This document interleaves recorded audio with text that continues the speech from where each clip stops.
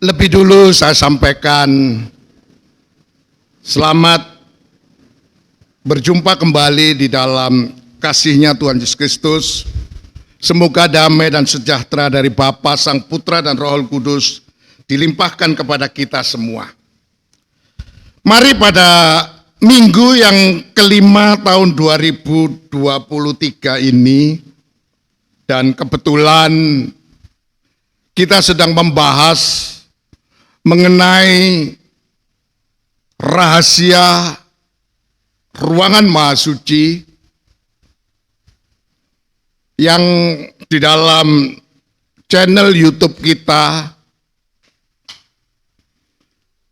memasuki pada season yang ke-34.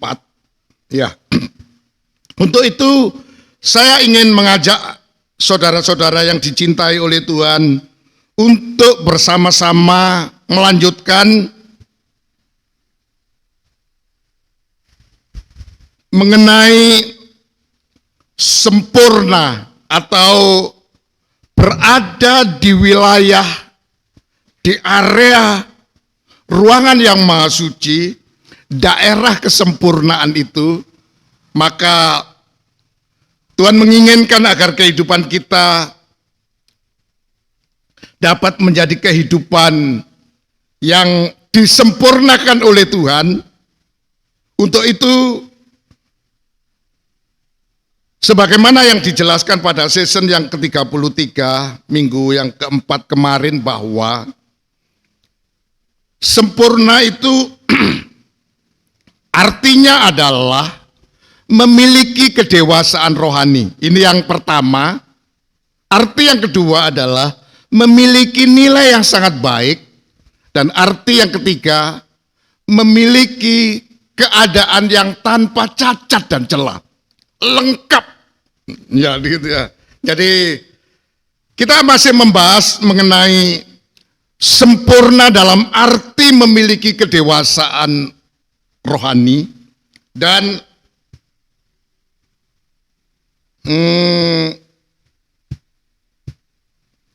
kedewasaan rohani yang sedang kita pelajari bersama adalah, sedikit saya ingin mengajak saudara-saudara yang dikasihi oleh Tuhan untuk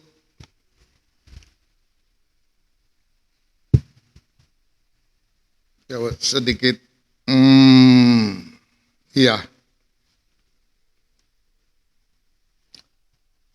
pada season yang ke-34 ini saya ingin mengajak saudara-saudara yang dikasihi oleh Tuhan untuk memperhatikan mengenai kedewasaan rohani sebagai bukti bahwa kita sedang memasuki atau sedang berada di dalam wilayah ruangan Maha Suci atau daerah kesempurnaan itu. Maka ada beberapa faktor yang menentukan kedewasaan rohani kita itu. Ya, ada. Jadi pada hari ini yang saya ingin sampaikan adalah faktor yang pertama untuk menjadikan kehidupan kita menjadi sempurna dalam arti memiliki kedewasaan rohani itu akan ditentukan oleh makanan yang kita konsumsi. Jadi dewasa rohani, menjadi kehidupan dewasa rohani atau memiliki kehidupan yang sempurna dalam arti kedewasaan rohani itu sangat ditentukan oleh makanan yang kita konsumsi itu. Jadi bukan saja ditentukan oleh lamanya kita mengikut Tuhan atau usia, umur di dalam kita mengikut Tuhan, tetapi sangat ditentukan oleh makanan apa yang kita konsumsi itu. Jadi ini faktor penentunya. Yang pertama adalah makanan yang kita konsumsi. Ya, banyak terjadi perbincangan seringkali, terutama sewaktu saya di kontrol atau kami di poli, di rumah sakit ya, selalu berjumpa dengan teman-teman yang memang senasib, yang mempunyai masalah kesehatan, terutama saya di bagian urologi. Dan kemudian saya perhatikan ternyata orang yang mengalami berobat ke poli saya ini, yaitu poli urologi, itu berkaitan dengan saluran kemih dan kemudian berkaitan dengan ginjal. Itu bidangnya. Jadi banyak sekali kuperhatikan orang-orang yang masih berusia ya di bawah 50, ada yang 40, ada yang bahkan ada kawan yang dia pernah ngomong-ngomong dengan saya, dia masih 40-an gitu ya, berumur 40-an, dan dia katakan, aduh, saya ini sudah operasi 2 kali dan ini dan nanti masih akan disambung lagi. Jadi kemudian juga waktu kami berobat ke dokter kami, waktu itu masalahnya anak saya ya, dan kemudian ada batu dan kemudian kami berbincang-bincang ternyata penyebab daripada batu ginjal terutama atau termasuk urologi semuanya itu disebabkan oleh faktor makanan. Jadi bukan karena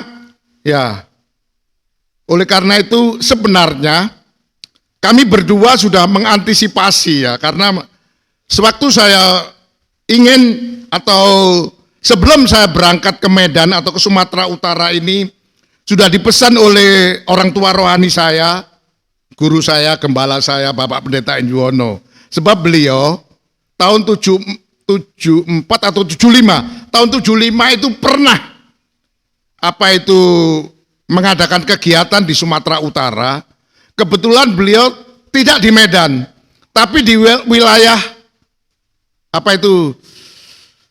Dairi sampai kemudian Tapanuli. Jadi artinya di pinggir ya, bukan di medannya. Jadi kemudian dia bercerita, jadi dia langsung melihat fakta bagaimana apa yang dikonsumsi oleh jemaat kita atau orang-orang yang ada di Medan, terutama Halaita yang terkenal ini. Ya, kemudian beliau bercerita, waduh, kalau soal makanan dia bilang, karena yang dikonsumsi pada acara-acara tertentu itu bagi kita orang Batak yang paling terkenal itu adalah saksang, ya, panggang semuanya. Jadi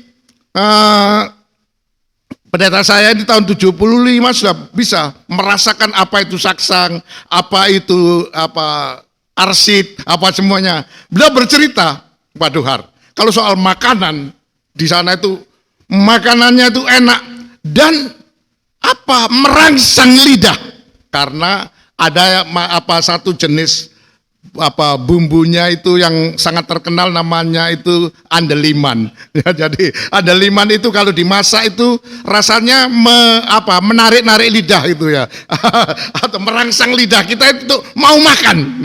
Beliau bercerita, waduh, cuma yang dimakan ini B2, juga bisa B1 kata beliau. Jadi makanannya itu ya kita mesti hati-hati karena B2 itu banyak yang dari lemak, ya, dari lemak semua. Jadi beliau bercerita, maaf kata beliau menirukan bagaimana orang-orang kita makan di sini itu. Jadi beliau heran ya, sudah nggak pakai sendok sudah asli itu. Waduh, itu kalau 1 piring 2 piring kurang ya, karena memang lidah kita masih digoyang oleh andaliman itu. Jadi waktu itu saya jadi kemudian entah bagaimana tahun 89 itu beliau minta saya untuk ke Medan. Ya, ke Medan, ke Sumatera Utara ini, terutama waktu itu berkaitan dengan PTIC ya. Akhirnya tapi beliau berpesan, kau hati-hati. Satu, kau jaga masalah makan. Betul. Begitu saya sampai di Medan, itu ada satu dari grup kami atau kebetulan dari anak buah kami itu mulai ada pesta. Kami mulai diundang. Minggu kedua kami di Medan itu sudah ada undangan pesta dari marga Sagala. Ya itu ya. Dan kemudian kami makan. Kemudian kami duduk di depan gitu. Waduh, itu satu panci gitu. Tapi karena kami sudah bersepakat dengan ibunya, ingat pesan daripada dia bilang, pesan dari Yu ya, jadi ini, jangan kita terlalu terbawa arus. Sebab nanti itu akan berdampak. Jadi begitu kami mau tambah, ibunya sudah cubit saya sudah, awas. Jadi artinya memang itu rem sudah. Demikian juga kami saling cubit-cubitan ya, sudah. Sebenarnya memang masih mau tambah ya. Tambah sedikit gitu masih mau tambah lagi, udah dicubit kerasa sudah. Jadi udah gak tambah lagi. Terus begitu ya. Jadi akhirnya ada dua teman saya yang memang dulu satu pengerja dengan kami, kemudian bertugas di Medan. Dan betul, kami kemudian mengingatkan kepada kawan saya ini, hati-hati, jangan kita terjebak dengan jebakan Batman soal makanan. Itu berbahaya. Betul, karena memang tuh. Dan kawan saya ini karena sudah keberkatan ya, maaf karena sudah diberkatan, jadi kalau enggak beli B2 atau apa itu udah nggak puas, dia hantam terus saja. Ya sampai sekarang itu dia, kemarin saya lihat itu dia masih pakai kursi roda sudah. Padahal umurnya masih 50-an sekian, belum 60, di bawah 60. Sudah pakai kursi roda, sudah hampir kolab sudah. Jadi saya pernah datang ke dia juga. Iya memang inilah kesalahan kami, nggak dengar sama apa yang kau nasihatkan Pak Har, katanya. Ya kita nggak menjaga makan. Maaf kata, istrinya mendahului sudahan. Karena begitu makan itu gulanya naik. Jadi sekali lagi, konsumsi yang kita makan itu sangat berpengaruh. Ya, ini yang saya ingin tekankan kepada saudara dan saya. Itu sebabnya apalagi ya semua yang kita konsumsi itu bahan-bahannya sekarang ini sudah tidak seperti ya istilahnya organik ya. Seperti zaman dulu ya. Semua sudah menggunakan metode-metode bagaimana dan kemudian obat-obat dan semuanya. Jadi memang sangat-sangat berdampak ya. Oleh karena itu pada kesempatan siang hari ini saya ingin mengajak kita bersama-sama untuk memperhatikan bahwa kesempurnaan dalam arti memiliki kedewasaan rohani itu sangat ditentukan oleh makanan yang kita konsumsi. Makanan rohani yang saya maksud, yang kita konsumsinya itu. Untuk itu coba Mang, kita akan bersama-sama membaca di dalam surat Ibrani Mang, pasal yang kelima. Sekali lagi, ya kemarin masih belum kita jelaskan secara dalam, tapi coba pada season yang ke-34 ini kita bersama-sama akan perhatikan dengan baik. Coba kita baca Mang, ayat yang ke-11 lebih dulu. Ibrani 5 ayat 11. Ya, sekali lagi kita perhatikan. Tentang hal itu banyak yang harus kami katakan. Tentang hal itu banyak yang harus kami katakan. Tentang hal apa? Nanti kita akan perhatikan ya. Yaitu Tetapi yang sukar untuk dijelaskan. Sukar untuk dijelaskan. Karena Terus? kamu telah lamban dalam hal mendengarkan. Kamu telah lamban dalam hal mendengarkan. Terus kan Mang? Sebab sekalipun kamu ditinjau dari sudut waktu. Sebab sekalipun kamu ditinjau dari sudut waktu, sudut umur, sudut lamanya, ya terus Sudah seharusnya menjadi pengajar. sudah seharusnya menjadi orang pengajar. Ya guru artinya sebagai orang yang dewasa tentunya dalam umur ya. So bagaimana seorang guru itu ya pasti dia akan memberikan pengajaran, akan menyampaikan apa yang dipahami, terutama memiliki ajaran, berpegang kepada ajaran. Ya, tapi kenyataannya apa, Mang? Kamu masih perlu lagi diajarkan asas-asas pokok. Ternyata kamu tidak bisa menjadi guru dalam arti lagi berpegang teguh kepada pengajaran untuk disampaikan, karena guru itu tugas pokoknya adalah mengajar. Dan dia harus punya fak khusus. Ya, kalau sekarang ini mulai SD mungkin masih gabung guru-gurunya. Itu pun sekarang ini sudah SD pun sudah mulai diapakan ya. Nah, tapi nanti di SMP semua itu dijuruskan semua. Guru bahasa Inggris, pelajaran bahasa gurunya guru bahasa Inggris. Ya, kemudian IPS, kemudian gurunya adalah guru IPS. Guru matematika mengajarkan matematika. Jadi guru. Jadi itu semua itu harus punya fak. Punya keahlian khusus tentang ajaran. Memiliki pemahaman yang dalam tentang ajaran. Mungkin saya jelaskan artinya guru itu adalah memiliki keahlian khusus untuk mengajar.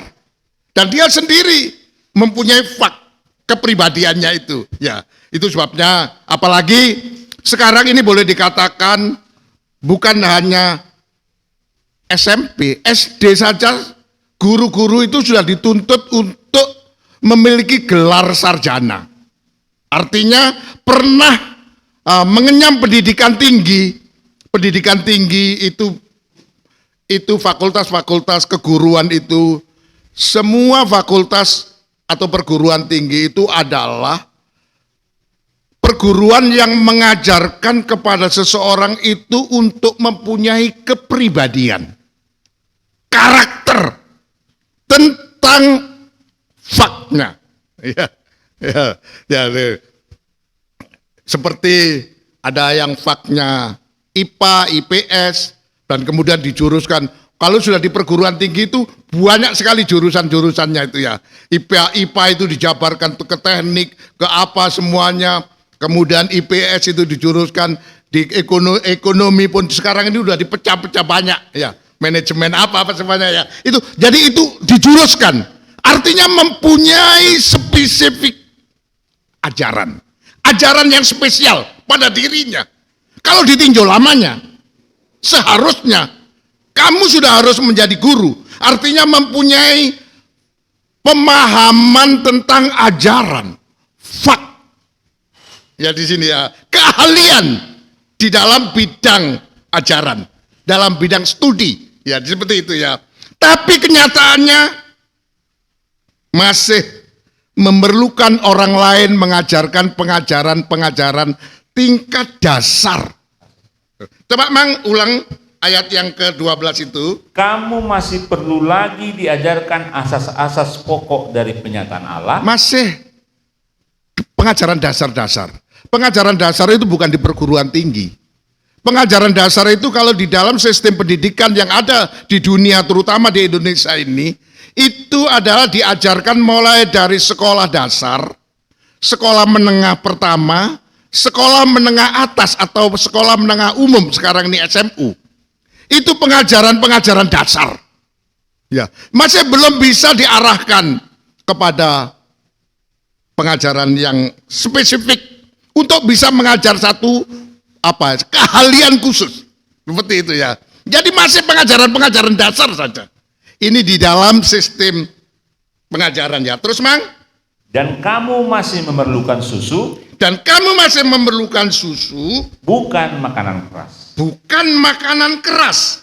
Ayat 13 lanjutkan Mang. Ayat 13. Ya. Sebab barang siapa masih memerlukan susu, iya, ia tidak memahami ajaran tentang kebenaran. Kalau orang itu masih memerlukan susu, pengajaran dasar-dasar saja, kata firman Tuhan, orang seperti itu belum siap untuk menerima ajaran-ajaran yang lebih tinggi. Ajaran-ajaran lebih tinggi itu di atasnya ajaran menengah. Di atasnya pengajaran dasar. Jadi belum siap menerima pengajaran-pengajaran yang lebih tinggi dari pengajaran dasar. Jadi masih mau saja menerima pengajaran-pengajaran dasar alias masih mau minum susu saja. Jadi ini di dalam sudut pandang rohani, pengajaran tingkat dasar, pengajaran mula-mula atau pengajaran yang masih pengajaran yang masih di dalam salinan bahasa Indonesia terjemah dasar-dasar dari firman. Ya dikatakan itu sama dengan makanan yang bentuknya itu susu, cair sekali. Jadi ya, tetapi makanan yang diajarkan dalam bentuk yang lebih tinggi, itu bentuk makanannya itu namanya makanan yang keras. Ya, ya makanan yang keras. Jadi ini kami sekeluarga kebetulan menjadi pengerja di Surabaya itu selama 10 tahun, hampir 11 tahun. Jadi kebetulan di pastori kami itu adalah tempatnya pendidikan pendeta, sekolah Alkitab namanya, Lempinel. Jadi kami itu berada di situ tuh mulai angkatan 8 sampai dengan angkatan 16. 8 angkatan. Jadi setiap kali ada sekolah siswa Lempinel masuk, itu tiap pagi itu dilatih memang, dan juga manajemen juga. Ya, jadi sarapannya itu selalu bubur. Ya, jadi kami bisa dikatakan selama 8 angkatan, 8 tahun kami di asrama itu, makan bubur itu 8 tahun ya selama itu. Jadi karena memang dibuat besar satu asrama ya, masak buburnya itu sekalian untuk siswa dan untuk pengerja dan untuk orang pastori. Jadi kami orang di pastori itu semua pagi sarapan bubur. Ya, baru siangnya beda. Jadi itu ya. Itu sudah menunya sama. Aduh. Jadi kalau kami itu sudah terbiasa makan bubur itu. Nah, ya, jadi ya, sekarang ini kalau pamannya sudah biasa makan bubur itu biasanya ya memang ada sedikit perbedaan ya. Ketahanannya itu memang tidak bisa lama ya. Ya, itu dan itu ya. Tapi saya coba sekali lagi di ayat 13, yaitu orang yang masih bayi, orang yang masih minum susu, orang yang masih menerima ajaran-ajaran tingkat dasar, ajaran-ajaran yang masih dasar-dasar firman itu, dia tidak bisa menerima ajaran-ajaran yang lebih tinggi. Jadi gak bisa. Atau pengajaran yang keras. Karena ayat 13 dikatakan, karena belum terlatih bagaimana caranya membedakan ajaran yang memimpin kepada hidup yang benar dari ajaran yang menyesatkan. Jadi karena tingkat dasar itu ya masih bisa. Ya, sedikit nanti akan saya perdalam di situ ya. Dan masih bisa, kita akan masih bisa tersesatkan. Tapi kalau kita sudah mempelajari pengajaran itu ke tingkat yang lebih tinggi, atau istilahnya itu meninggalkan dasar kepada pengajaran yang tinggi, maka kita seperti oleh Tuhan dilatih, ya, dilatih untuk bisa membedakan, untuk bisa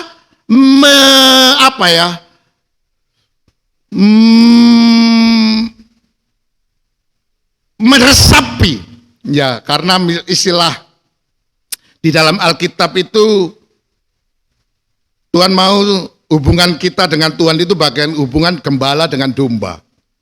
Ya, domba itu satu binatang yang mempunyai spesiasi tersendiri, terutama di dalam menerima makanan. Jadi domba itu waktu dia makan, waktu dia bekerja, waktu apa dia makan sepuas-puasnya, simpan terus dalam perutnya. Tapi nanti satu waktu domba itu kemudian waktu kalau diam, dia kembali. Makanan yang dikonsumsi tadi itu dikeluarkan lagi, dikunyah untuk diresapi itu. Itu keistimewaan daripada domba, lembu. Ya, beda dengan kuda enggak. Ya, dia itu namanya memamah biak, dimamah biak kembali untuk betul dicerna. Ajaran itu dicerna betul. Nah, itu sebagai satu latihan untuk nanti bisa menghadapi, oh ini ajaran yang membawa kepada hidup yang benar atau ajaran yang menyesatkan. Ini berbahaya. Jadi nanti saya tunjukkan mengapa setelah Ibrani pasal yang kelima ini Maka Tuhan ingin supaya kita ini sekarang ini tidak bisa berlama-lama. Karena apa? Mengingat waktu. Ya, tadi kita nyanyikan menjelang hari Tuhan. Itu Roh Kudus bekerja serius untuk mewujudkan jemaat yang disempurnakan ini. Oleh karena itu dia tidak mau lama-lama. Kalau dilihat dari sudut umur, ya mungkin masih umur kanak-kanak atau masih sedikit, tapi tidak boleh rohaninya itu kanak-kanak. Karena tadi dilihat dari sudut pandang umur, seharusnya menjadi pengajar, tapi ternyata tidak bisa menjadi pengajar. Jadi sedikit nanti akan saya tekankan ke situ, tapi coba Mang lanjutkan ke ayat yang ke-14, Mang. Ayat 14. Ya. Tetapi makanan keras yaitu ajaran-ajaran yang lebih tinggi dari ajaran-ajaran dasar. Ya, itu adalah untuk orang-orang dewasa. Adalah untuk orang-orang dewasa rohani. Jadi ini perbedaannya. Kesempurnaan dalam arti memiliki kedewasaan rohani sangat ditentukan oleh makanan yang kita konsumsinya itu. Apakah makanan dalam jenis susu yang artinya adalah pengajaran-pengajaran tingkat dasar atau pengajaran makanan keras dalam bentuk makanan keras, yaitu ajaran-ajaran yang lebih tinggi. Ya, karena ajaran-ajaran lebih tinggi ini akan membentuk kepribadian kita, akan membentuk karakter kita sebagai pribadi yang sempurna. Ya, jadi ini yang saya ingin sampaikan kepada kita. Dalam ayat yang ke-14 itu, sedang orang-orang dewasa secara rohani siap untuk menerima ajaran-ajaran yang lebih tinggi. Karena mereka sudah melatih diri mereka untuk membedakan antara ajaran benar dan ajaran yang jahat. Teruskan, Man, dalam bahasa Indonesia terjemahan baru, Mang. Yang karena mempunyai panca indera yang terlatih. Karena mempunyai panca indera yang terlatih. Melatih dirinya. Dirinya itu memang sudah dibentuk dalam karakter, kepribadian yang mempunyai panca indera yang cepat menangkap, tidak lamban, cepat menangkap. Ya, ada di dalam Alkitab itu diajarkan, dinasihatkan oleh Rasul Yakobus. Semua orang itu cepat mendengar, lambat berkata-kata. Ya, jangan berkata-kata tapi lambat. Harus cepat mendengar, dianalisa, baru kemudian baru-baru ini di YouTube rame ada seorang tokoh Cak Nun atau siapa itu. Dia itu nggak sadar, kemudian itu mengatakan Jokowi Fir'aun, katanya seperti itulah. Tapi ternyata setelah itu dia merasa dimarahi oleh orang banyak, oleh keluarganya, baru dia sadar katanya, aku ini nggak merasa katanya. Tahu-tahu kok ceplos. Ya ini namanya orang lamban ini. Setelah salah baru dievaluasi. Ini beda dengan orang yang dewasa. Karena kalau orang dewasa itu diterima dulu, dicerna oleh panca inderanya. Panca inderanya sudah terlatih. Bagaimana pendengarannya itu betul-betul diperhatikan. Bagaimana pandangannya dari kedua penglihatannya itu, dua mata itu begitu melihat sesuatu langsung panca inderanya itu bekerja. Oh, jahat ini. Oh, benar ini. Ini salah ini yang benar. Ini yang baik, ini yang tidak baik. Ini kedewasaan rohani. Karena mempunyai panca indera yang terlatih, sudah melatih diri mereka untuk membedakan. Jadi sudah tidak mudah terpengaruh. Waduh, ya. Hari-hari ini saya kebetulan kadang-kadang memang membuka YouTube itu, kemudian ketemulah di hari-hari ini banyak penjelasan atau YouTube orang yang mengviralkan tentang bagaimana modus-modus penipuan di bank. Jadi memang kita mesti hati-hati melatih diri kita. Jangan kita terpengaruh. Waduh, ada bonus, ada apa? Waduh, ya. Apalagi kalau SMS dulu kami seringkali, Pak, waduh, dapat hadiah 75 juta. Mana ada orang sekarang ini memberikan cuma-cuma 75 juta. Kasih 1 juta aja udah mikirnya udah berkali-kali ya. Ya, jadi kita jangan kita mudah untuk tidak bisa membedakan. Ini perlu kewaspadaan kita. Jadi kita mesti melatih diri kita untuk kita bisa membedakan mana yang memang benar, mana yang tidak benar, mana yang baik, mana yang tidak baik. Ini panca itu, terutama pandangan kita, mata kita, pendengaran kita, dan hati kita, perasaan kita ini peka. Jangan mudah. Wah, apalagi nanti ya baru-baru ini juga akan terjadi. Wah, Tuhan di Medan, ada kegerakan di Medan, lari semua ke Medan. Ternyata Medan setelah 1 bulan kosong. Waduh, di Perbaungan, lari ke Perbaungan. Tuhan ada di sana, ada di sini. Jadi bingung nanti. Oleh karena itu, kita harus sudah memiliki kedewasaan rohani. Salah satu di antaranya adalah memiliki atau terlatih untuk bisa membedakan, terutama dalam hal pengajaran. Pengajaran ini ya. Ya, jadi makanan keras itu adalah pengajaran yang lebih tinggi dari pengajaran tingkat dasar. Saya ingin mengajak kepada saudara yang dikasihi oleh Tuhan, sekali lagi membaca di dalam surat Ibrani pasal yang kelima itu, ayat 8 lebih dulu, Mang. Kita tambahkan sedikit ya, supaya kita tahu ajaran yang bagaikan makanan yang keras itu dalam bentuk apa. Ya di sini ya, supaya nanti kita bisa mengambil satu kesimpulan. Ya, apa yang harus kita pegang? Ayat 8 dulu, Mang. Ibrani 5 ayat 8. Ya. Dan sekalipun ia adalah anak. Sekalipun Yesus itu adalah anak Allah. Ya. Ia telah belajar menjadi taat. Ia telah belajar menjadi taat dari apa yang telah dideritanya. Ya. Dia juga rela menderita untuk membuktikan bahwa dia taat kepada Allah. Jadi membuktikan ketaatannya kepada Allah itu dengan rela menderita. Ya. Terus? Dan sesudah ia mencapai kesempurnaannya. Dari kerelaannya menderita itu, dalam bahasa Indonesia terjemahan sederhana dikatakan, sesudah semua penderitaannya itu selesai dijalaninya, maka sempurna dan lengkaplah pengalamannya dalam pandangan Allah. Jadi nanti Allah akan memberikan satu deklan bahwa waktumu menderita cukup. Yaitu kalau nanti oleh Allah dipandang cukup. Jadi sekarang ini kalau kita diizinkan oleh Tuhan harus mengalami, itu adalah wahana untuk kita menjadi kehidupan yang disempurnakan. Iya, ya. Coba, Mang, ulangi lagi, Mang. Ayat 9 itu, Mang. Ibrani 5 ayat 9. Ya. Dan sesudah ia mencapai kesempurnaannya.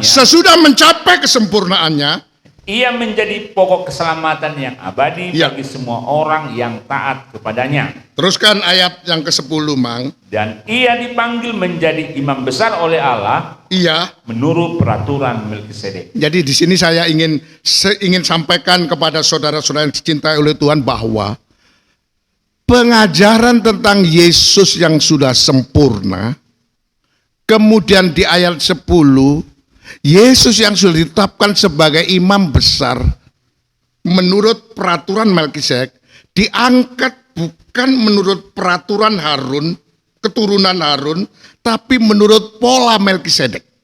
Ya ini yang saya ingin. Inilah yang kata Rasul Paulus di ayat yang ke-11 itu, banyak tentang Yesus sebagai imam besar menurut peraturan Melkisedek yang sudah menjadi sempurna itu sebagai sumbernya, pokoknya untuk kita mencapai kesempurnaan. Itu sentralnya di situ, sumbernya di situ, mata airnya itu di situ. Ya, ini bagaikan makanan yang keras, makanan yang lebih tinggi.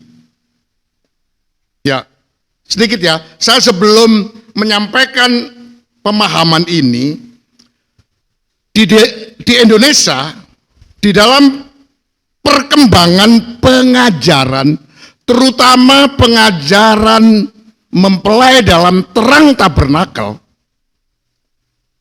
ya, yang disampaikan oleh Allah atau yang diungkapkan oleh Allah kepada terutama yang pertama itu Bapak Pendeta F.G. Van Kessel. Ya, Bapak Pendeta.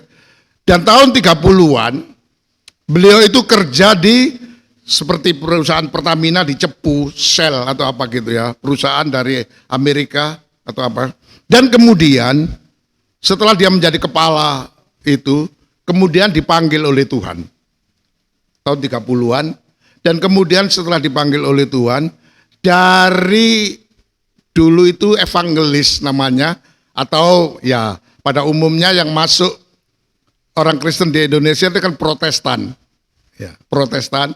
Dan kemudian Opa Van Kessel ini istrinya, Oma Van Kessel, itu orang pertama yang dipenuhi Roh Kudus di Indonesia. Orang Indonesia yang pertama kali dipenuhi Roh Kudus itu adalah Oma Van Kessel. Oleh karena itu kemudian beliau menjadi tokoh kegerakan Pantekosta atau kegerakan karismatik. Ya istilahnya karismatik ya. Karena memang terjadi perubahan. Ya. Kemudian beliau dipanggil Tuhan menjadi hamba Tuhan dan mendirikan gereja di Surabaya. Cikal bakalnya gereja Pantekosta yang ada di Indonesia. Namanya gereja apa? Pensterkerk ya awalnya itu ya. Ini kebetulan saya mendengar cerita ini dari anak-anak beliau dan mantu beliau sebagai pelaku di situ. Saya 10 tahun menjadi asistennya Bapak Pendeta Totes, menantu Pendeta Van Kessel yang menerima pewahyuan pengajaran itu. Ya, dikenal dengan pengajaran mempelai dan pengajaran tabernakel itu beliaulah yang mengungkapkan. Dan pada tahun 50-an Bapak Pendeta Injuwono 51 tepatnya, beliau masuk sekolah Alkitab, angkatan terakhir yang diajar oleh Opa Van Kessel tentang pengajaran mempelai dan pengajaran tabernakel. Dan sesudah itu beliau karena terjadi keputusan pemerintah Republik Indonesia bahwa semua orang-orang asing terutama keturunan Belanda itu semua dikembalikan. Tahun 60 keturunan Cina dikembalikan ya. Itu diapakan? Dikembalikan ke negaranya masing-masing. Yang berkeluarga negaraan asing, terutama Belanda, itu semua diminta oleh pemerintah Republik Indonesia untuk meninggalkan Indonesia, kecuali kalau mereka mau pindah ke warga negaraan Indonesia. Kebetulan Opa Van Kessel ini sebenarnya Indo. Ya, terutama Tante Van Kessel itu Indo, antara orang tua ayahnya itu Belanda, ibunya itu kebetulan warga negara atau orang pribumi. Kebetulan mamanya Oma Van Kessel ini itu menurut beliau, menurut ceritanya itu orang asli Madura. jadi orang Madura, jadi ada keturunan Madura gitu ya. Dan kemudian lahirlah Tante Totes dan semuanya itu yang. Dan kemudian anak pertama Om Totes ini sebenarnya bapaknya Belanda, mamanya dia orang dari Maluku. Jadi sebenarnya tetapi mereka berkeluarga negaraan Belanda. Akhirnya kemudian, tapi karena pada waktu tahun 50-an itu Papua, yang sekarang ini Papua Irian Barat dulu, itu masih dikuasai Belanda, maka orang-orang Indo-Belanda yang berkeluargaan Belanda itu dibawa oleh pemerintah Belanda transit ke Papua. Dan disitulah Bapak Pendeta Van Kessel mendirikan gereja yang namanya Gereja Bethel, Gereja Pantai Costa. Jadi itu gerejanya tahun 55 beliau meninggal. Jadi ya setelah tahun berapa 52 mungkin dia pergi ke sana.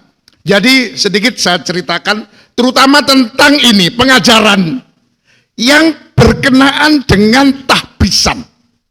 Ya, berkenaan dengan pelayanan. Nanti saya sampaikan di situ karena ini supaya tidak salah, kebetulan saya juga pelakunya. Jadi dalam perjalanannya setelah Opa van Kessel tahun 60 kemudian Irian Barat atau Papua itu direbut oleh Indonesia, maka orang-orang Belanda ini dikembalikan, betul-betul dipulangkan ke negeri Belanda dan ditampung di Belanda. Semua ditampung ya begitu ya. Dan ya memang ada yang di camp, ada apa semuanya seperti dipulangkan ke Nederland. Dan kemudian salah satu diantaranya pendeta Van Kessel ini, anaknya pendeta Totes ini, ya, mantunya dia yang pertama, dia kemudian membuka pelayanan karena memang tadinya dia sudah membuka menjadi pendeta di Indonesia, di Surabaya, dan setelah dia di Nederland, maka dia membuka pelayanan di Amsterdam dan kota Den Haag, 2 gereja, Den Haag dan Amsterdam. Anaknya nomor 2, Tante Ana itu menikah dengan pendeta Putirai, orang dari Maluku. Itu juga membuka pelayanan di salah satu kota di Belanda. Kemudian anaknya nomor 3, itu Tante Pauline menikah dengan pendeta Manikus di Rotterdam. Nah, jadi saya kalau sejarahnya, silsilahnya beliau sangat paham. Karena kalau beliau datang ke Surabaya, saya jadi rebutan. Aku minta diantar Haryono. Jadi saya jadi rebutan ya. Karena betul-betul saya dekat dengan beliau. Akhirnya tahun 73 Bapak Pendeta Totes itu digerakkan oleh Tuhan untuk kembali ingin mengunjungi Indonesia dan berjumpalah dengan Bapak Pendeta Injuwono untuk berfellowship, bersekutu kembali. 73, 74 saya mengikut Tuhan, saya dipanggil Tuhan tahun 74 itu. Jadi tahun kedua Bapak Pendeta Totes datang ke Indonesia itu saya mendengar khotbahnya beliau. Dan beliau diberi kesempatan oleh Bapak Pendeta Injuwono selama 2 minggu. Dalam 1 bulan beliau pergi ke Indonesia, 2 minggu dimanfaatkan untuk membuat seminar. Namanya waktu itu seminar. Yang isinya mengenai tahbisan imam. Ya, pelayanan imam. Sedikit nanti akan saya supaya nanti ini diluruskan ya. Kemudian pada waktu Bapak Pendeta Van Kessel itu meninggalkan Surabaya, yang belum sempat diajarkan kepada murid-muridnya Van Kessel, terutama angkatan terakhir yaitu Bapak Pendeta Injuwono, mengenai tahbisan. Jadi dari halaman ruangan suci itu semua sudah diajarkan. Tahbisan belum. Nanti sudah tahbisan baru nanti pintu tirai, baru nanti ruangan maksud. Jadi ruangan maksudnya masih jauh. Jadi tahbisan. Kemudian dengan datangnya Bapak Pendeta Totes, maka Bapak Pendeta Totes menyampaikan atau menseminarkan tentang tahbisan yang dibutuhkan oleh murid-muridnya Pendeta Van Kessel di Indonesia. Karena pengajaran ini terutama yang sangat eksis adalah Bapak Pendeta Injuwono.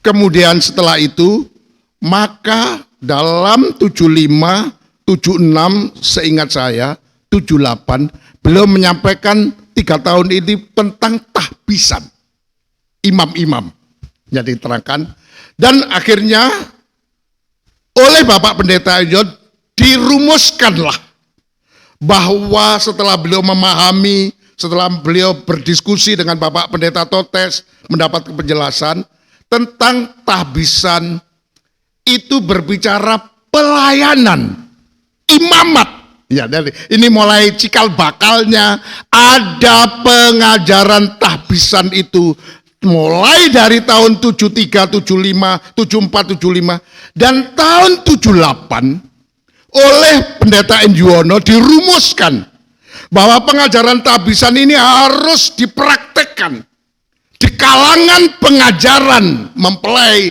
dan pengajaran tabernakel. Jadi ya terutama di kalangan gereja kami itu bisa dikatakan diwajibkan untuk mengikuti penataran imam-imam. Dan itu diputuskan tahun 1978 oleh Bapak Pendeta Indiono, terutama di kalangan internalnya, di kalangan gereja beliau. Ada 2 gereja, Gereja Lemah Putro dan Gereja Johor. Itu banyak sekali. Ada pemain musik, itu entah berapa orang ya pemain musiknya, ya yang paling terkenal pianisnya yang sekarang di Amerika, Dr. Miske yang kita kenal. Sampai kemudian beliau tahun 80-an itu mengarang lagu-lagu yang spesial, yang sekarang ini dihimpun di dalam buku nyanyian Pesalu. Itu karangan beliau-beliau ini. Dan itu juga ada Pendeta Ari Lumari, juga ada saudara saya atau kawan saya sepengerja, yaitu Ibu Pauline Hendro ya Wiono ya. Jadi ini kawan mereka satu. Jadi tahun 78 itulah mulai diadakan penataran imam-imam. Semua yang terlibat di dalam pelayanan gereja itu, mulai dari pengerja, full timer, kemudian tua-tua, sintua, kemudian pelayan perjamuan suci yang melayani dalam pembukaan atau pemimpin pujian, dan kemudian sangkur atau paduan suara kaum muda, kaum tua, dan kemudian pemain musik, semuanya itu harus ditatar. Itulah yang dikenal dengan tahbisan imam-imam. Jadi supaya nanti karena saya akan menjelaskan supaya dan ini berkembang. Akhirnya pendeta-pendeta lainnya, terutama murid-murid Pendeta Indiono, semua mengadopsi, semua mengambil ini. Jadi semua imam-imam itu harus melewati proses penataran imam-imam. Jadi itu dasar penataran imam-imam yang di era Pendeta Indiono tahun 78, yang sebelumnya dijelaskan oleh Bapak Pendeta Totes dalam seminarnya tahun 75, 76, 77, tahun 78 itu beliau sudah menjelaskan lain, yaitu tentang suratan Tesalonika dan suratan Timotius. Ya, karena jujur mungkin satu-satunya orang yang memiliki file tentang apa yang beliau seminarkan, termasuk apa yang diajarkan oleh Pendeta Indiono, terutama dari tahun 74 sampai akhir hayatnya Pendeta Indiono, yang punya filenya secara today, hari demi hari itu saya. Jadi saya, karena memang saya diminta oleh beliau untuk tulis. Jadi saya punya tanggal sekian, bulan sekian, tahun ini, apa yang diterangkan oleh Pendeta Indiono saya tahu itu. Ya, saya punya filenya, catatannya punya. Apa yang diterangkan oleh Pendeta Totes, saya punya. Dan kebetulan selama Pendeta Totes melayani di Indonesia, tiap tahun sekali, 1 bulan beliau di istirahat, mungkin dia bikin KKR, itu asistennya saya. Jadi saya yang menyertai beliau. Dan oleh kemurahan Tuhan, orang pertama yang diizinkan untuk masuk ke dalam kamarnya Pendeta Totes itu saya. Orang pertama, jadi diizinkan, dan beliau sangat sensitif dalam hal ini. Tapi memang kedekatan kami dengan beliau itu sangat mempunyai chemistry yang sangat dekat ya. Akhirnya beliau diizinkan, terutama untuk mengatur buku-buku atau menyiapkan apa yang beliau apakan. Itu sebelum beliau masuk saya dulu kan, siapkan apa semua. Jadi kalau umpamanya saya diminta oleh beliau, ringkesin atau akad atau apa, itu tugas saya. Jadi itu sebabnya saya katakan saya adalah orang pertama, pengerja pertama yang diizinkan oleh Bapak Pendeta Totes bersama Ibu untuk masuk di dalam kamar, terutama kalau di hotel, di apa, semua. Saya yang beri kebebasan. Kalau saya ketok siapa? Aryono, masuk Ohar, pasti itu ya. Tapi kalau orang lain, jangankan mau ngetok aja nggak mungkin. Tapi ya itu memang ini ya saya katakan agak sedikit GR. Asisten sebenarnya pembantu ya sekarang pembantu rumah tangga aja sekarang sudah asisten ya, jadi masa saya pembantu pendeta ya, sedikit ya. Saya betul 10 tahun saya. Oleh karena itu saya tahu, terutama saya ingin jelaskan di sini supaya dimengerti oleh orang-orang pengajaran yang berpegang kepada pengajaran mempelai dalam terangnya tabernakel. Pengajaran tentang tahbisan imam-imam itu sejarahnya saya katakan tadi. Dan kemudian disimpulkan pendeta Enjuono tahun 78 dan sudah itu berkembang sampai sekarang. Tapi yang saya ingin katakan, dasar dari pengajaran tahbisan di era pendeta Enjuono, pendeta Totes itu, dasarnya adalah untuk pelayanan imam-imam. Dengarkan, ini perlu digarisbawahi, pelayanan tahbisan imam-imam. Artinya, yang pada waktu itu kesimpulan daripada Bapak Pendeta Enjuono dan Bapak Pendeta Totes itu dikaitkan dengan pengajaran tabernakel, yaitu pelayanan di dalam ruangan suci.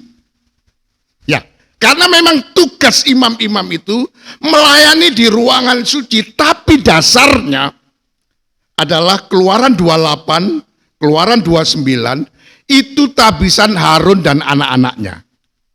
Sebenarnya tahbisannya adalah tahbisan imam besar. Tapi itu dipakai untuk tahbisan imam-imam. Ya. Tapi saya ingin sedikit supaya ini untuk saudara-saudara sekalian yang dicintai Tuhan di sini, saya ingin sampaikan tahbisan yang disampaikan di era pendeta Enjuono itu adalah berkaitan dengan ruangan suci. Ruangan suci ini di dalam pengajaran tabernakel, sedikit saya ingin sampaikan, karena tema kita, apa yang sedang kita bahas ini bukan berbicara ruangan suci, tapi mengungkap ruangan maha suci, pengajaran yang ada di atasnya ruangan suci. Karena saya berkesimpulan bahwa ruangan suci itu sebenarnya adalah pengajaran tabernakel yang masih di tingkat medium atau tingkat menengah, belum sampai tingkat tinggi. Ya, jadi tingkat tingginya itu adalah ruangan maha suci. Oleh karena itu saya menyimpulkan bahwa secara pribadi tahbisan imam-imam di era pendeta Enjuono yang mungkin juga digunakan oleh kawan-kawan saya sepengajaran tabernakel itu menjadi dasar pelayanan imam-imam mereka, itu hanya melayani di ruangan suci. Jadi oleh karena itu sebenarnya saya tidak menyalahkan kawan-kawan saya. Kalau kawan-kawan saya itu sedikit boleh dikatakan mendebat saya bahwa pengajaran saya ini bisa mereka tidak terima, cukup beralasan. Karena guru saya, orang tua rohani saya yaitu Bapak Pendeta Enjuono, yang juga guru-guru kawan saya semua, itu belum pernah mengajarkan tentang ruangan maha suci. Tahbisan yang sedikit saya sampaikan, Melkisedek. Nanti saya jelaskan antara tahbisan Harun dan anak-anaknya. Sebab di dalam Ibrani pasal yang kelima tadi, dalam penjelasannya ayat yang 10 bahasa Indonesia sederhana, dikatakan demikian, Mang. Coba perhatikan ya. Dan Yesus juga sumber keselamatan bagi kita, karena Allah mengangkat Yesus sebagai imam agung, imam besar, bukan menurut keturunan Harun. Ini perlu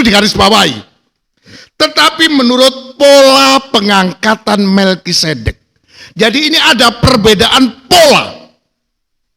Di dalam tahbisan imam-imam, di dalam pengajaran tingkat dasar, dengan pola pengajaran tahbisan imam besar menurut peraturan Melkisedek. Itu dikatakan oleh Ibrani 5 sebagai pengajaran yang lebih tinggi. Jadi oleh karena itu nanti sedikit saya sampaikan supaya ini juga menjelaskan tentang mengapa pengajaran at-tahbisan Harun ini sudah kita jelaskan di season yang lalu. Sebenarnya sifatnya bayangan, tidak yang sebenarnya. Yang sebenarnya itu adalah tahbisan menurut Melkisedek. Kalau kita mau masuk ke dalam ruangan Maha Suci, itu tidak bisa menggunakan tahbisan Harun. Seperti yang dilakukan Allah di dalam menetapkan Yesus sebagai imam besar. Karena dasar utamanya, Yesus itu bukan keturunan Harun. Ya, bukan keturunan Lewi. Yesus itu adalah keturunan dari Yehuda. Ya, jadi di sini ini ada satu perbedaan yang sangat mendasar. Sehingga di dalam Allah menetapkan tahbisan Yesus, Allah tidak menggunakan tahbisan Harun. Sebab kalau Allah menggunakan tahbisan Harun, Allah menyalahi apa yang telah diaturnya. Tahbisan Harun untuk menjadi imam besar seperti dalam Keluaran 28, 29 itu harus dijabat oleh Harun dan anak-anaknya. Tidak boleh dari suku lain. Jadi ini memang sangat mendasar.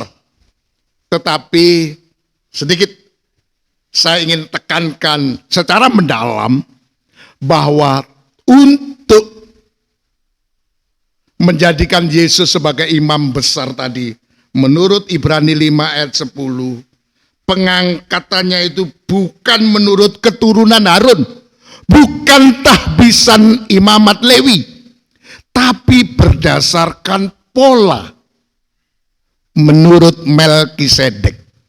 Ya, jadi penjelasan tentang imam besar Yesus sebagai Melkisedek menurut pola Melkisedek dan Yesus yang sudah menjadi sempurna, ini adalah pelajaran yang tingkat tinggi sama dengan makanan yang keras. Karena sedikit saya tekankan mendalam, tugas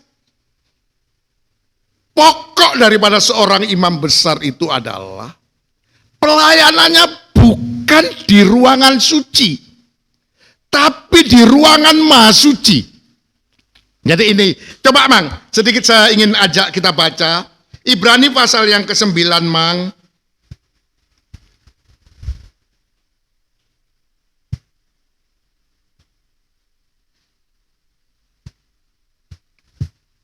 Satu ayat yang saya ingin sampaikan kepada kita semua. Coba kita baca ayat yang ke-6, Mang. Ibrani 9 ayat 6. Iya. Demikianlah caranya tempat yang kudus itu diatur. Ruangan suci itu diatur. Yang depan atau ruangan kudus itu atau kemah suci itu ada dua bagian. Yang depan namanya ruangan suci, yang belakang namanya ruangan Maha Suci. Dijelaskan di ayat di atasnya. Terus, Mang?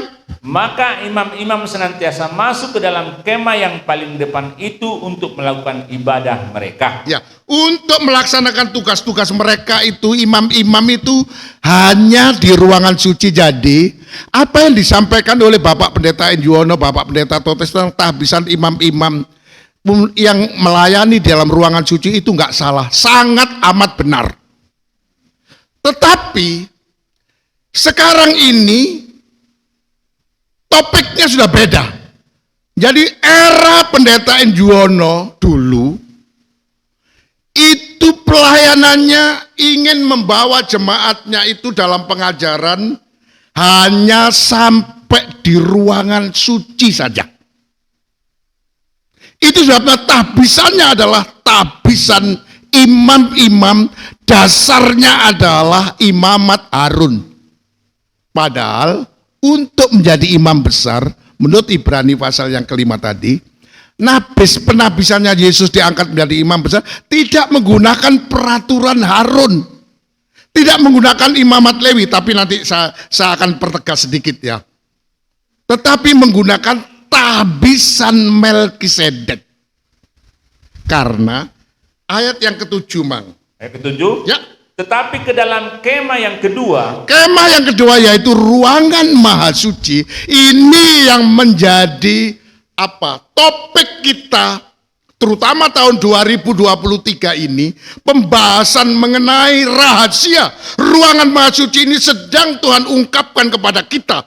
Dan kita sudah bertekad membuat channel di dalam YouTube yang judulnya Misteri di balik pintu tirai atau balik ruangan maha suci. Artinya misteri dari ruangan maha suci itu bukan berbicara ruangan suci, tapi ruangan maha suci. Ya. Terus, Mang? Hanya imam besar saja yang masuk. Hanya imam besar saja yang masuk. Sekali setahun. Dan harus dengan darah yang ia persembahkan karena dirinya sendiri. Iya. Dan karena pelanggaran-pelanggaran yang dibuat oleh umatnya dengan tidak sadar. Ya, jadi sedikit ini saya ingin menjelaskan juga karena ini pengalaman saya.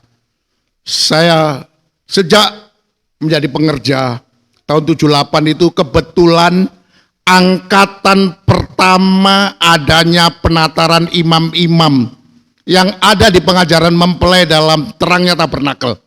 Angkatan pertama adalah tahun 78. Setelah tadi saya ceritakan tentang kronologisnya, kedatangan Bapak Pendeta Totes menyampaikan tentang tahbisan imam-imam dan kemudian diterima oleh Bapak Pendeta Yono, disimulkan, dirumuskan, maka semua imam-imam, semua pelayan-pelayan, semua yang terlibat di dalam kegiatan gereja dalam arti sebagai imam, sebagai pelayan, itu harus ditatar dengan tahbisan imam-imam. Ya namanya. Itu kalau di dalam bahasa Indonesia terjemahan sederhana itu yang penting ada 2 korban untuk imam besarnya. Membawa 1 lembu muda, 1 lembu domba jantan. Jadi ini dalam penataran imam yang sedikit nanti itu ada 3 korban untuk tahbisan. Korban pertama lembu muda, korban yang kedua domba jantan yang pertama, dan domba jantan yang kedua. Jadi ada domba jantan yang kedua. Jadi ini penegasannya, lembu muda ini berbicara dengan korban perdamaian. Harun harus mempersembahkan ini supaya terjadi perdamaian, terutama bagi dirinya. Baru kemudian yang kedua adalah korban penyerahan. Harus ada penyerahan total. Dan kemudian baru ada korban domba jantan yang kedua, itu adalah tahbisan. Untuk ditahbiskan menjadi imam-imam. Jadi harus 3 korban. Itu bayangannya. Tapi di dalam sistem ungkapan rahasia ruangan maha suci, atau kalau kita ingin masuk ke dalam ruangan maha suci, tahbisan Harun dan anak-anaknya ini sudah tidak berlaku. Ya, karena sudah diperbaharui. Ya, untuk itu coba Mang, saya ingin ajak kita baca Ibrani 10, Mang. Ibrani pasal yang ke-10 sedikit supaya ini agak komprehensif penjelasannya. Supaya kita tidak rancu di dalam menerima. Karena ini sangat menentukan kedewasaan rohani kita. Sangat menentukan untuk menjadikan kita kehidupan yang sempurna dalam arti memiliki kedewasaan rohani. Betul-betul sempurna kita itu berdasar karena memang kita memiliki, dan untuk bisa menilai bahwa kita memiliki kedewasaan rohani karena makanan yang kita konsumsi ini adalah makanan yang keras, pengajaran yang lebih tinggi dari pengajaran dasar. Ya, jadi ya ini mungkin orang yang pernah di perguruan tinggi dengan seperti saya yang masih sekolah menengah ini, ya itu saya nggak bisa mengikuti ya pengajaran ini karena mereka adalah diajarkan ke penjurusan, ke karakter kepribadiannya sampai menjadi kepribadian yang dewasa, yang berkarakter, yang berkepribadian sesuai dengan ajaran yang diterimanya. Kalau orang teknik menjadi orang berkarakter teknik. Kalau orang hukum berkarakterkan hukum, kalau ekonomi menjadi seorang ekonom, ya seperti begitu ya. Tapi pengajaran yang lebih tinggi di sini adalah untuk sampai kita dapat mempribadikan pribadi yang sempurna. Dalam arti memiliki kedewasaan, itu bisa ditentukan dilihat dari apa yang dikonsumsinya itu. Makanan apa? Jadi tadi sudah dijelaskan dalam Ibrani 5, kalau orang itu masih minum susu, dia tidak bisa menjadi kategorikan sebagai orang dewasa rohani. Karena dia adalah anak-anak kecil, bahkan dikatakan seperti bayi. Karena pengajaran yang diterima itu adalah makanan yang bagaikan susu, lunak, pengajaran dasar-dasar saja. Ya, saya memang tidak mengerti ya, apalagi kalau matematika di era saya itu nggak ada pelajaran matematika. Yang ada adalah pelajaran aljabar. Ya, dan waktu saya sekolah SMP itu matematika belum ada. Ya, tidak tahu matematika tahun berapa ya, tahun 80-an ya, 70 apa 80 ya. Itu mulai disosialisasikan ada matematika. Itu gabungan dari ilmu ukur dan kemudian aljabar. Aljabar itu hitung-hitungan, ilmu ukur, ilmu bidang. Dan sekarang enggak tahu ya, IPA masih diapakan ya. Kalau IPA itu ilmu apa? Anatom hayat kalau dulu ya. Ada kami dulu ilmu hayat, ya. Ada kemudian di SMA namanya botani. Dan botani itu spesial tumbuh-tumbuhan. Hayat ilmu manusia. Jadi memang ya ini saya tidak tahu ya.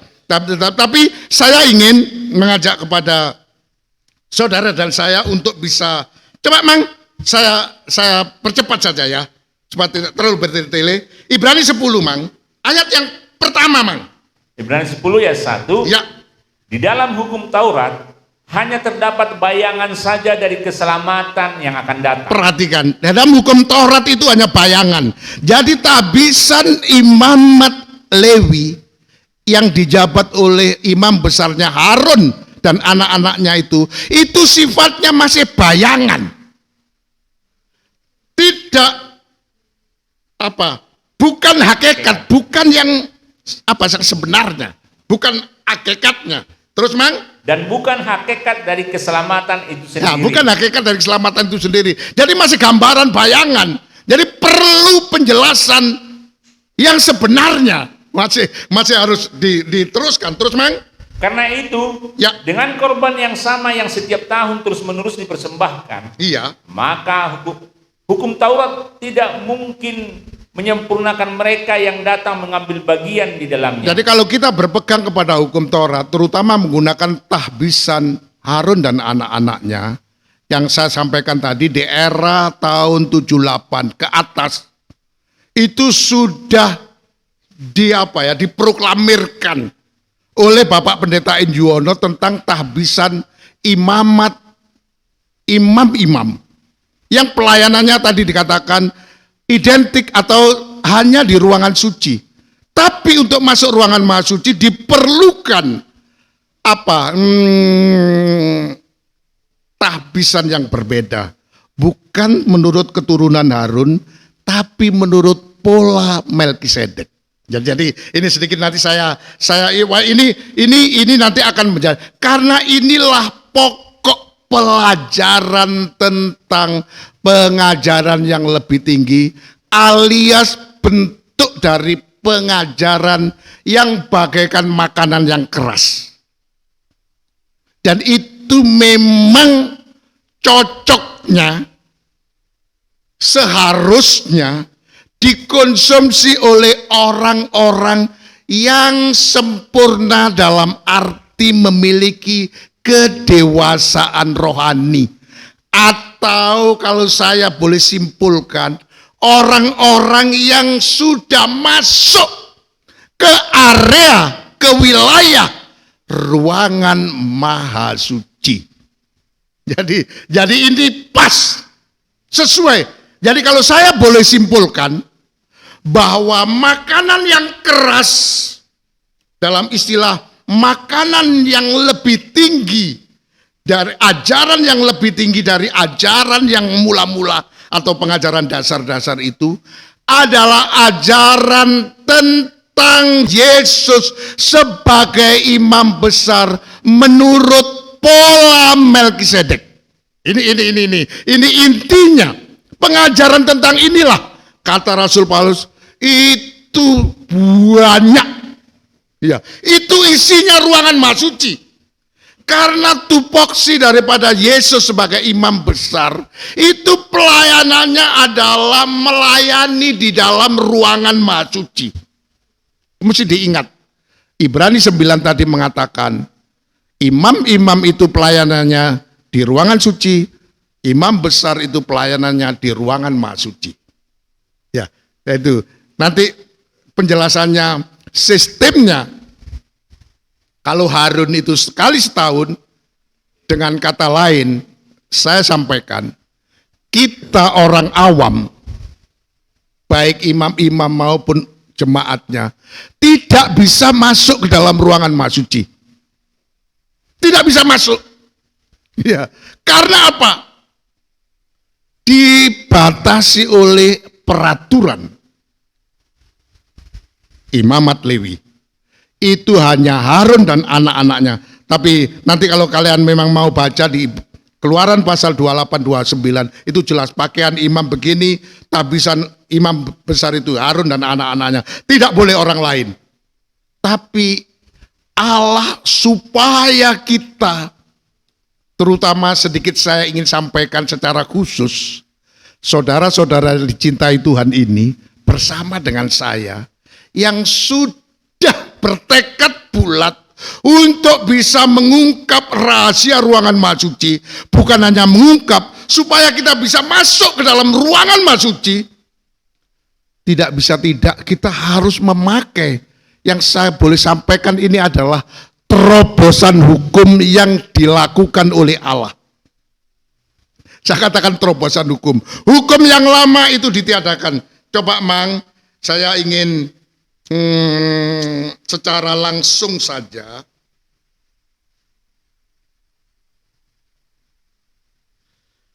di dalam Ibrani pasal 10 itu nanti saudara baca dari ayat yang ke-1 tadi kita baca, tidak mungkin orang yang menggunakan tabisan Harun dan anak-anaknya, tabisan menurut imamat Lewi yang berdasarkan hukum Taurat itu bisa mencapai kesempurnaan. Tidak mungkin.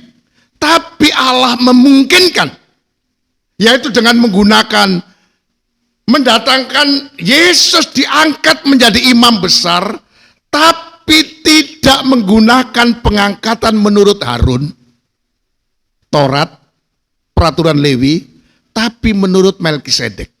Ini. Tadi ini memang sebenarnya di season yang lalu sudah banyak dijelaskan secara detail ya. Tapi sedikit mengingat saja. Dan Yesus datang sebagai korban. Coba Mang kita baca di dalam ayat yang ke-9 saja. Ibrani 10 itu. Ibrani 10 ayat 9. Ya. Dan kemudian katanya. Kemudian kata Yesus apa? Sungguh. Aku datang untuk melakukan kehendak-Mu. Aku datang untuk melakukan kehendak-Mu. Kehendak Allah. Apa kehendak Allah? Allah itu mengharuskan kita umatnya. Ini sedikit saya ingin memberikan penekanan yang dalam, yang perlu digarisbawahi ya. Yang mengharuskan kita ini untuk menjadi sempurna itu bukan saya, bukan saudara. Allah mengharuskan supaya kita sempurna. Tujuannya supaya kita menjadi sama seperti Tuhan. Paling tidak supaya kita bisa tinggal bersama dengan Tuhan di dalam ruangan maha suci. Tempat tinggalnya Allah itu dalam ruangan maha suci. Itu sebabnya setahun sekali zaman era yang lama, Harun masuk ke dalam ruangan maha suci membawa korban, 2 korban, darah domba jantan, darah lembu muda, satu untuk dirinya, satu untuk umatnya. Begitu datang dipercikkan, kemudian dia ketemu dengan Tuhan, Tuhan menyempurnakan itu. Harun dosanya dihapuskan, jemaat seluruhnya itu dihapuskan. Tugasnya itu Allah menyempurnakan. Jadi intinya pelayanan imam besar itu adalah tugas pokoknya itu adalah untuk membawa jemaatnya menjadi jemaat yang disempurnakan sesuai dengan kehendak Allah. Ini kemauan Allah, bukan. Coba memang kita baca di dalam Injil Matius, sedikit saya perdalam. Matius pasal yang kelima, ayat yang ke-40 saja, Mang. 48, sorry, ya. Matius 5:48. Ya. Karena itu haruslah kamu sempurna. Ayat ini jelas. Harus. Ini nggak bisa tidak. Ini kata Tuhan. Karena itu haruslah kamu sempurna. Terus? Sama seperti Bapamu yang di sorga adalah. Jadi yang menghendaki kita sempurna ini bukan kemauan kita. Kemauan Allah. Karena Allah ingin, terutama Yesus sebagai imam besar, yang akhirnya dia ditetapkan oleh Allah sebagai kepala, supaya dia bisa mempunyai tubuh, yaitu kita, yang disempurnakan. Supaya kita sama dengan dia yang sempurna. Yesus telah mencapai kesempurnaannya, dan Tuhan mau supaya kita juga mencapai kesempurnaan kita. Sama seperti dia. Kalau kemudian ini digabungkan sudah cocok. Bisa satu tubuh. Sama, kepala dan tubuhnya sama. Itu arahnya ke situ. Jadi sama. Supaya tidak ada gap.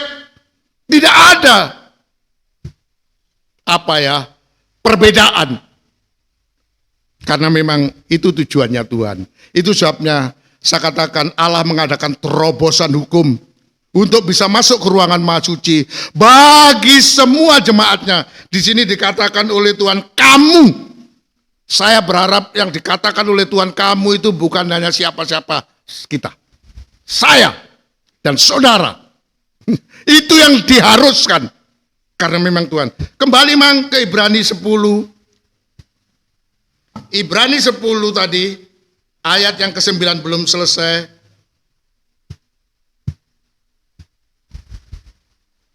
Dan kemudian katanya, Iya. sungguh aku datang untuk melakukan kehendakmu. Ya.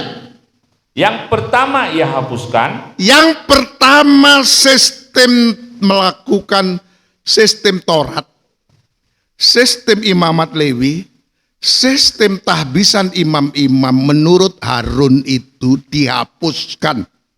Dihapuskan itu kalau dihapus sudah nggak ada sudah. Kalau dalam bahasa komputer delete habis sudah itu ya. Sudah nggak muncul lagi. Hapuskan. Terus? Supaya menegakkan yang kedua. Supaya pola pengangkatan menurut Melkisedek ini tegak. Ada. Muncul. Eksis. Di situ. Ya, supaya dan ini. Supaya kita dijadikan kudus, kata ayat 10, ayat 14 kita dijadikan sempurna. Sesuai dengan apa yang dimaui oleh Tuhan. Harus sempurna. Jadi ini bagi saudara yang dicintai Tuhan dan saya yang terpanggil untuk masuk ke dalam ruangan Maha Suci. Untuk menjadi kehidupan yang sempurna. Dalam arti memiliki kedewasaan rohani. Tidak bisa tidak harus mengkonsumsi makanan yang keras ini. Karena dari makanan yang keras inilah yang akan menjadikan kita menjadi kehidupan yang sempurna. Sama seperti Tuhan. Supaya itu sebabnya kita akan diberi kesempatan untuk bebas menghadap Tuhan. Dan syaratnya orang menghadap Tuhan itu, pertama dia harus menjadi kehidupan yang kudus dan sempurna, tak bercacat. Oleh karena itu, sedangkan imam besar yang lama saja yaitu Harun dan anak-anaknya harus 2 persembahan darah yang dibawa, darah lembu muda, darah domba jantan, supaya dia memperdamaikan dirinya, supaya Harun disucikan, dan dijadikan sempurna. Sehingga dia dapat membawa jemaatnya itu untuk menjadi jemaat yang disucikan dan disempurnakan. Tapi sekarang ini Tuhan sudah tidak menggunakan lagi. Itu sudah tidak tegak lagi, sudah dihapus sistem Harun. Jadi, tapi sedikit ya, ini memperdalam apa yang saya sampaikan tadi. Seperti tabisan Harun dan anak-anaknya yang saya katakan sedikit diproklamirkan oleh Bapak Totes dan Pendeta Yuwono, tahbisan imam-imam dasarkan menurut imamat Lewi itu bayangan. Yang kedua itu hanya sampai di ruangan suci.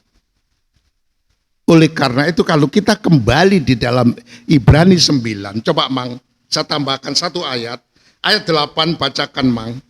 Ibrani 9 ayat 8. Ya. Dengan ini Roh Kudus menyatakan. Dengan ini Roh Kudus menyatakan bahwa jalan ke tempat yang kudus itu belum terbuka. Jalan ke tempat yang maha kudus. Di sini sebenarnya salinan bahasa Indonesia terjemahan masa kini dikatakan. Dengan aturan-aturan tersebut Roh Kudus menunjukkan dengan jelas bahwa selama kemah bagian depan itu masih berdiri, jalan masuk ke dalam ruangan maha suci itu belum terbuka. Jadi kita memang harus hapuskan ini. Bagaimana kita mau menggunakan 2 tahbisan? 1 tahbisan Harun dan anak-anaknya. Bahkan saya punya sertifikatnya. Ya, karena saya angkatan pertama. Ya, punya istilahnya, tercatat di dalam bukunya di sana itu. Ya, sebagai pengikut penataran imam-imam angkatan pertama 1978. Saya termasuk orang pertama. Di waktu itu banyak. Ya, kawan-kawan saya, seluruh pemain musik, seluruh anggota paduan suara umum maupun paduan suara kaum muda, bahkan seluruh pengerja full timer, penatua, pelayan-pelayan yang ada di gereja kami, semua itu ratusan, itu semua ditatar imam-imam. Ya, tahbisannya adalah dasarnya imamat Harun dan anak-anaknya. Kalau kita dasarkan kepada Ibrani 9 ayat 9, kalau kita tetap berpegang teguh ini tidak kita hapuskan, bertentangan dengan Ibrani 10 ayat yang ke-9. Yang kedua gak bisa tegak. Padahal yang kedua ini yang menentukan untuk kita bisa masuk ke dalam ruangan maha suci. Ya, ini bukan hanya imam-imam, semua yang menerima pengajaran pelayanan Yesus sebagai imam besar menurut pola Melkisedek. Itu adalah bagaikan makanan keras, adalah ajaran yang lebih tinggi dari ajaran tingkat dasar. Oleh karena itu, pengajaran tingkat dasar kita tinggalkan. Coba Mang, kita kembali kepada Ibrani pasal yang ke-6. Ya. Setelah Ibrani 6, ada Ibrani pasal yang ke-5. Maka, setelah Ibrani 5, ada Ibrani pasal yang ke-6 yang menjelaskan, menyimpulkan dengan adanya pelayanan Yesus sebagai imam besar yang bagaikan makanan yang keras itu, maka Tuhan mengajak untuk kita bersama-sama meninggalkan. Ya. Dan kemudian melanjutkan. Coba Mang kita baca Ibrani 6 ayat 1 saja Mang. Ibrani 6 ayat 1. Ya. Sebab itu, sebab apa? Sebab Yesus sudah ditetapkan oleh Allah sebagai imam besar menurut pola Melkisedek. Ini sudah ditetapkan. Dialah yang akan melayani di dalam ruangan masjid, bukan Harun dan anak-anaknya lagi. Karena itu sudah dihapuskan oleh Tuhan. Tapi menurut Melkisedek, dan Yesus sudah ditetapkan, dan dia sudah menjadi sempurna, mencapai kesempurnaannya. Oleh karena itu, apa Mang? marilah kita tinggalkan asas-asas pertama. Jelas. Marilah kita tinggalkan asas-asas pertama, pelajaran-pelajaran tingkat dasar. Ya, di sini kita tinggalkan pengajaran. Jadi kalau kita mau kuliah, maaf kata, mau masuk, tadi saya tanya si mau Nang mau teruskan kemana Nang? Jogja Pak. Wah bagus katanya. Di mana Nang? UPN. Ya bagus Nang. Ya itu serius kalau belajar Nang. Saya bilang tadi. Ya tidak bisa, metodis tinggalkan. SMA 1 tinggalkan. Ya, itu pengajaran mula-mula. Kalau kita tetap di situ nggak mau tinggalkan, jangan masuk UPN, jangan masuk USU, nggak diterima. Ya, itu harus logikanya.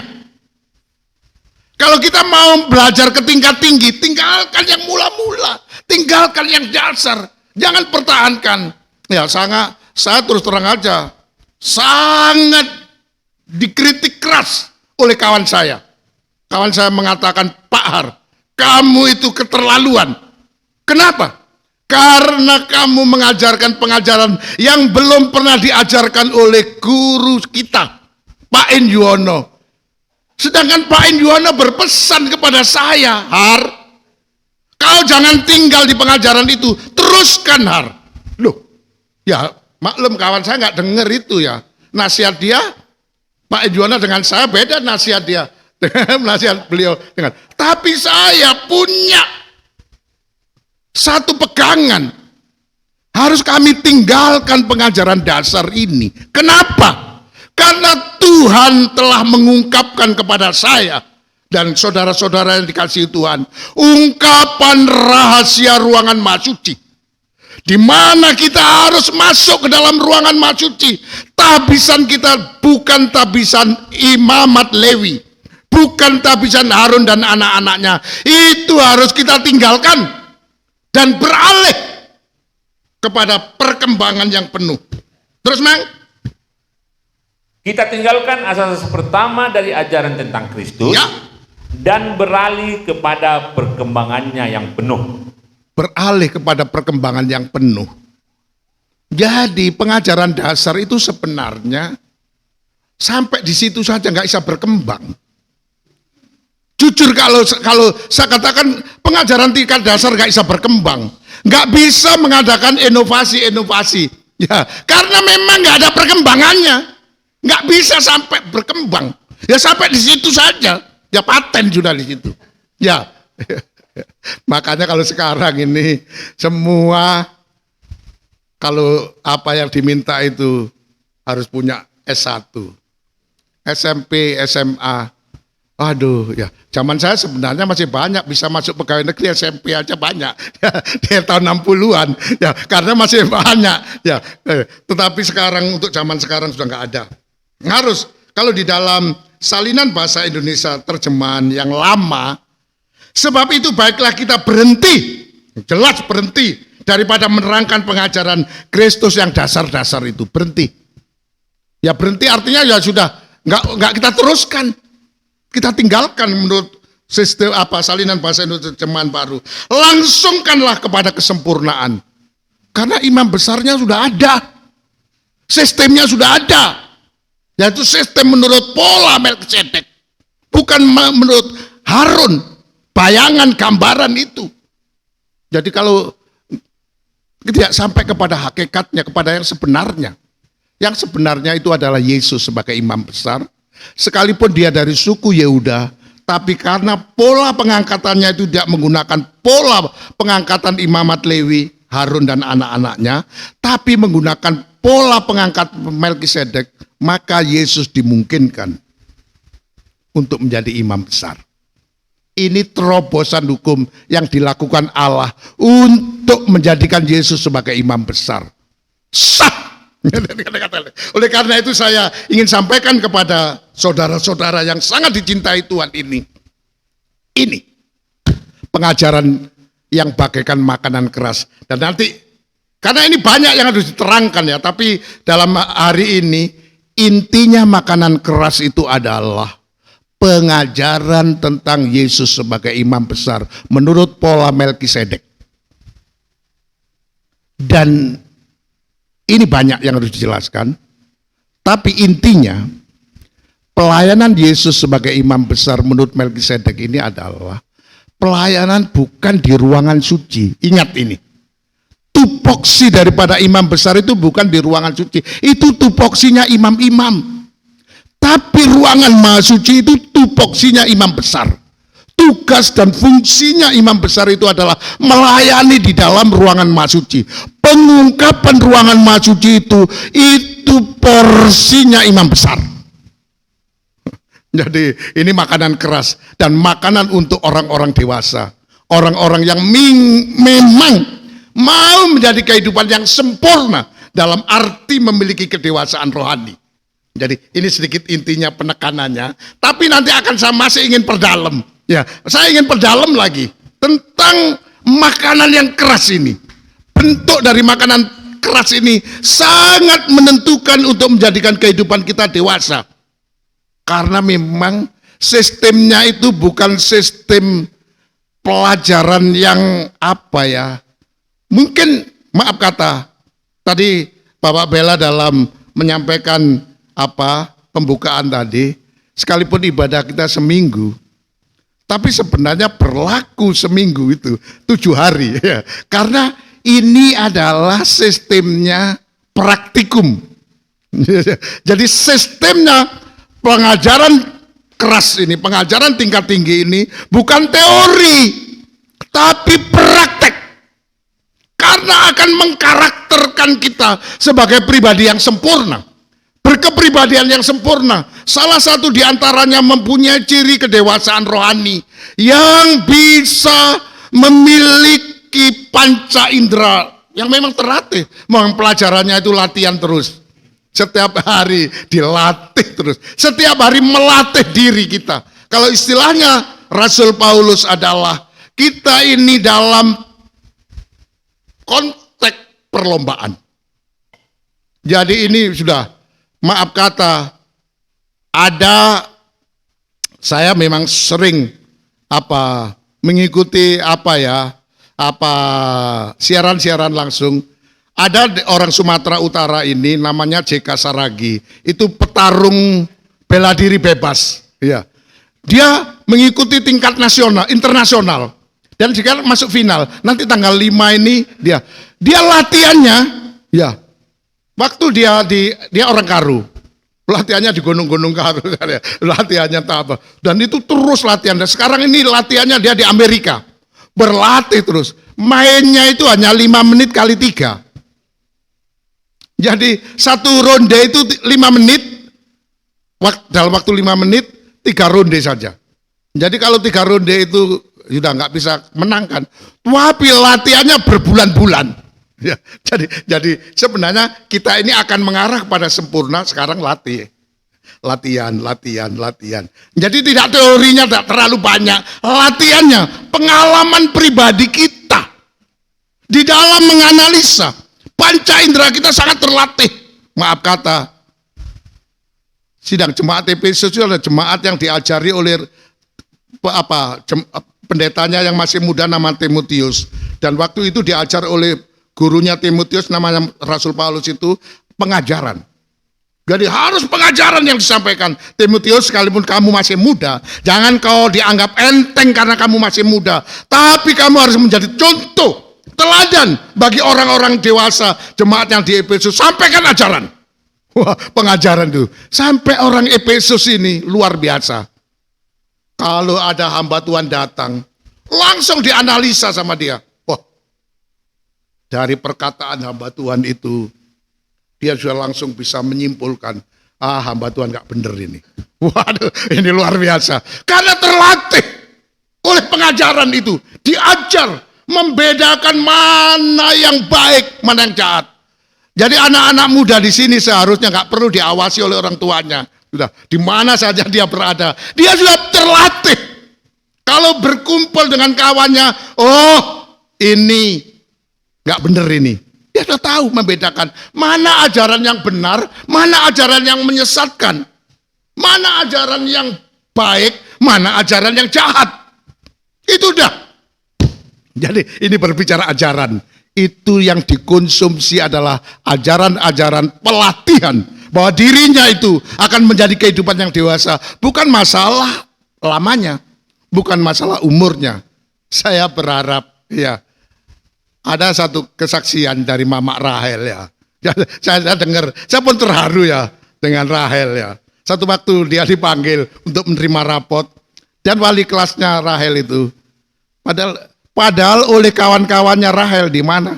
Oh, orang ini nggak punya gereja itu, gerejanya nggak ada orangnya. Iya, kalau mana nggak pernah orang keluar rame-rame dari Jalan Galang 145 itu, katanya kawan-kawannya Rahel itu nggak ada gerejanya katanya. Tapi ternyata dalam penilaian guru itu Rahel baik karena pelajarnya. Ya, ini satu kesaksian yang memang saya harus dorong. Semua kita harus, bukan masalah umur menjadikan orang itu dewasa rohani. Guru-guru aja belum tentu ya memiliki kedewasaan.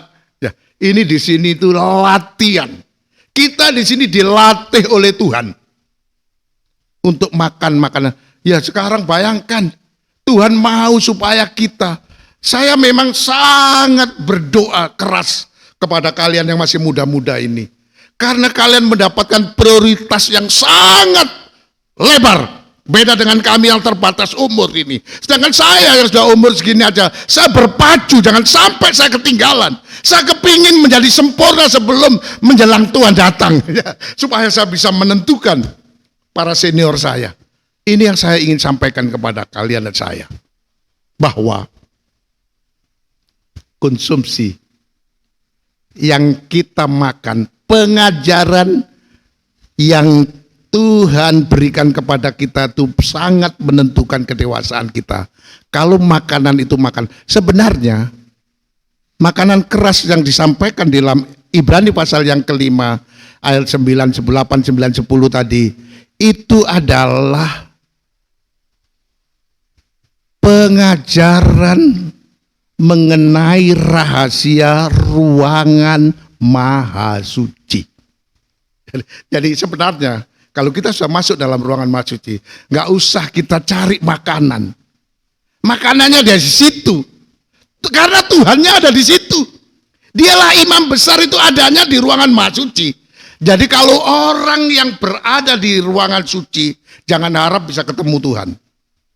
Apalagi kalau Tuhan sudah sibuk melayani orang-orang yang ada di dalam ruangan suci. Kita sudah masuk dalam ruangan maha suci. Tuhan pasti akan mengungkapkan pengajaran Tuhan sebagai imam besar menurut pola Melkisedek itu. Supaya memenuhi kebutuhannya dan melatih orang-orang itu menjadi kehidupan yang sempurna dalam arti memiliki kedewasaan rohani. Ya, sekali lagi Tuhan luar biasa memberikan kepada kita pengajaran yang bagaikan makanan yang keras, pengajaran yang lebih tinggi dari pengajaran tingkat dasar. Supaya kehidupan kita, tapi nanti akan saya sedikit lanjutkan dan kemudian nanti akan saya bawa kepada faktor yang kedua yang sangat juga menentukan, yaitu tapi dari makanan inilah yang bisa menentukan. Sedikit Mang, sebagai penutup kita baca 1 Korintus pasal yang ketiga. 1 Korintus pasal yang ketiga, 1-2 ayat saja Mang. Ayat 1 dan ayat 2 saja Mang. 1 Korintus 3 ya. Ayat 1. Dan aku saudara-saudara, pada waktu itu tidak dapat berbicara dengan kamu seperti dengan manusia rohani. Ya. Tetapi hanya dengan manusia duniawi. Duniawi yang belum dewasa dalam Kristus. Yang belum sempurna dalam arti memiliki kedewasaan dalam Kristus. Ya, Rasul Paulus gak bisa bicara kepada kita. Karena apa? Karena kita belum dewasa. Sehingga apa ayat yang kedua Mang? Ayat 2, ya. Susulah yang kuberikan kepadamu. Susulah yang kuberikan kepadamu. Bukanlah makanan keras. Jadi kalau kita belum dewasa, Tuhan gak memaksa kita ya, terpaksalah. Daripada nanti dia ke agama lain dikasih susu saja. Susu, yang diminum susu ngedot aja gitu ya. Susu lah yang diberikan oleh Tuhan, bukan makanan keras. Terus? Bukanlah makanan keras, Iya. sebab kamu belum dapat menerimanya. Karena belum bisa menerima. Orang yang belum dewasa gak bisa menerima. Anak yang kecil, yang belum dewasa dalam Kristus, itu gak bisa makan makanan keras. Wah, ini pun juga makanya ya cari subrek yang bisa mensabrek.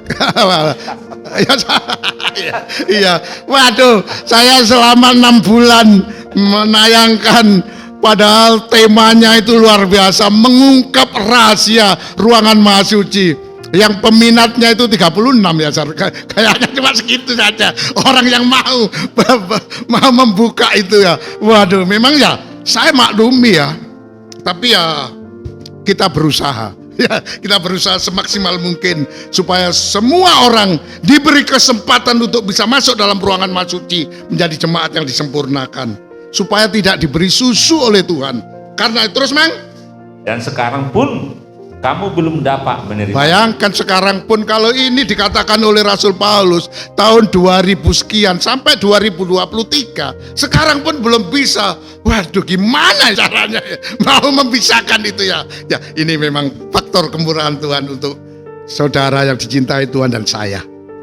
Kiranya makanan keras, makanan bagaikan pengajaran Yesus sebagai imam besar menurut peraturan Melkisedek, yang bisa memungkinkan kita dari suku lain untuk bisa menjadi imam dan bisa masuk ke dalam ruangan Maha Suci. Itu dimungkinkan oleh sistem ini, pengajaran ini.